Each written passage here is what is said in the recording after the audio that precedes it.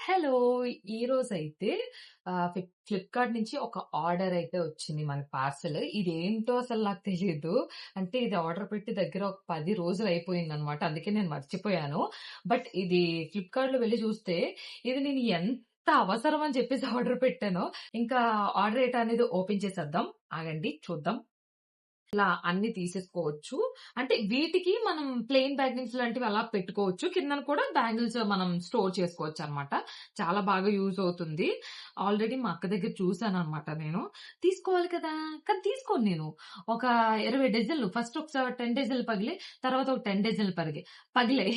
అప్పుడు నాకు బుద్ధొచ్చిందనమాట. అందుకే నేనిప్పుడు తెచ్చాను దీన్ని. దీన్ని ఆర్గనైజ్ చేసి చూపిస్తానని మాత్రం అస్సలు ఎక్స్‌పెక్ట్ చేయకండి. ఎందుకంటే నాకు చాలా బద్ధకస్తురాలు కదా నేను. ఇప్పుడు అయన్నీ తీసి నేను సర్దలేను. ఒకరోజు తీసి చూపిస్తాను ఆ రోజు. సర్దిన రోజు ఆ వీడియో గూడా పెడతాను తప్పకుండా. దీన్ని ఎలా యూజ్ చేస్తున్నాననేది. అంతే. ఈరోజు వీడియో నచ్చితే లైక్, షేర్, సబ్స్క్రైబ్. బాయ్.